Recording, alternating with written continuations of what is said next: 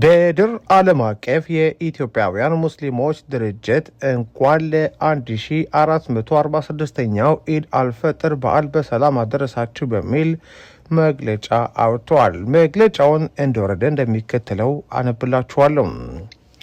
በመላው ዓለም በሰላም እንዲሁም በተለያዩ ሁኔታዎች ውስጥ ሆናችሁ ታላቁን የረመዳን ወር የተቀበላችሁና የአላህ ሱብሃነሁ ወተዓላ ፍቃድ ሆኖ ወሩን በኢባዳና በመልካም ስራ አሳልፋችሁ ለዚህ ቀን የበቃችሁ ሙስሊም ወገኖቻችን ሁሉም በድር ኢትዮጵያ እንኳን ለ1446ኛው የኢድ አልፈጥር በዓል በሰላም አደረሳችሁ በማለት በዓሉ የደስታ እንዲሆንልን መልካም ምኞትን ይገልጻል።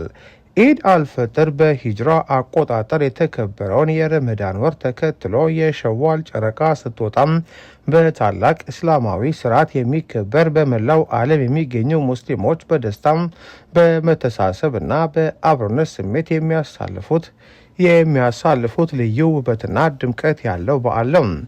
ወርሃ ረመዳንን በተለያዩ ኢባዳዎችና ያላቸው ለሌላቸው በፍቅር በማካፈል በመቃረብና በልዩ ልዩ መልካም ስራዎች መስተጋበር እያንዳንዷን ቀን አላህ እንዲቀበለን ለቀጣዩ ረመዳንም በሰላምና በጤና አላህ ሱብሃነሁ ወተዓላ ፍቃድ ሆኖ እንዲያደርሰን የምንለምንበት ነው።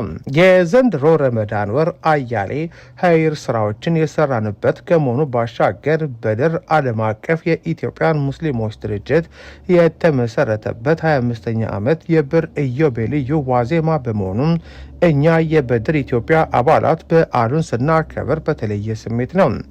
ይህ የዘንድሮ የኢድ አልፈጥር በዓል በመላው ዓለም የሙስሊሞች ጥቃት የሚቆምበት በተለይም በሀገራችን በኦሮሚያ፣ በአማራ፣ በትግራይና በሌሎችም አካባቢዎች ሰላም እንዲሰፍን የምንጸልይበት በከፍተኛ ችግር ላይ የሚገኙ ወገኖቻችንን የምንረዳበትና ከልባችን የምናግዝበት በድር ኢትዮጵያ ተጠናክሮ የሀገራችንን ችግር ለመፍታት የሚያስችል በእስላማዊ ወንድማማችነት ላይ የተመሰረተ አንድነት የምንፈጥርበት እንዲሆን እየተመኘን በድር ዓለም አቀፍ የሙስሊሞች ድርጅት በድጋሚ መልካም በዓል እንዲሆን ያለው ምኞት ይገልጻል።